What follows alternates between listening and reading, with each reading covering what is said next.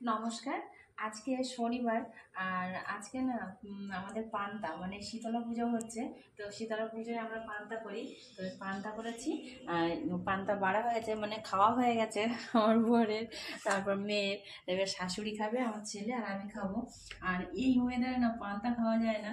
শীতলা পুজোয় মানে প্রচণ্ড ওয়েদার খারাপ, খুব রোদ থাকে, তখন পান্তা খেতে ইচ্ছা করে। আর আজকে একটু পান্তা খাবো, ওয়েদারটা খারাপ। তো যাই হোক, তো শীতলা পুজোয় আমরা অঞ্জলি টঞ্জলি দিয়ে এসে তারপরে পান্তা টান্তা খাওয়া হয়, কিন্তু এবছর অঞ্জলি দেওয়া হলো না। মানে অঞ্জলি দেওয়া হয়নি, যেহেতু আমাদের অসৌস, সেই জন্য অঞ্জলি এই যে পটল ভেজেছি, আর ভেন্ডি ভেজেছি, আর একটু রিঙ্গে ভেজেছি, আর হচ্ছে আলু, গোল গোল করে আলু ভেজেছি। আর এদিকে চচ্চড়ি করেছি সব রকম সবজি টবজি দিয়ে, একটু এটাই পান্তা দিয়ে খাবো। আর সত্যি কথা বলতে কি, পুজোয় অঞ্জলি দিতে পারলাম না বলে সত্যি ভালো লাগছে না।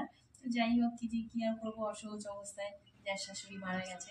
তো এটাই এখন খাবো আমরা।